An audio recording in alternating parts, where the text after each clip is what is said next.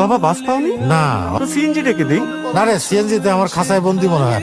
ওই তো বাস চলে আসছে, তাড়াতাড়ি ফিরিস, একসাথে ইফতার করবো কিন্তু। মামা কই যাবেন? উত্তরা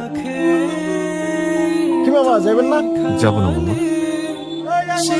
অন্তুকে ফোন দে না, কত দূরে? রোজায় করোনার মধ্যে অফিস, চিন্তা হয়।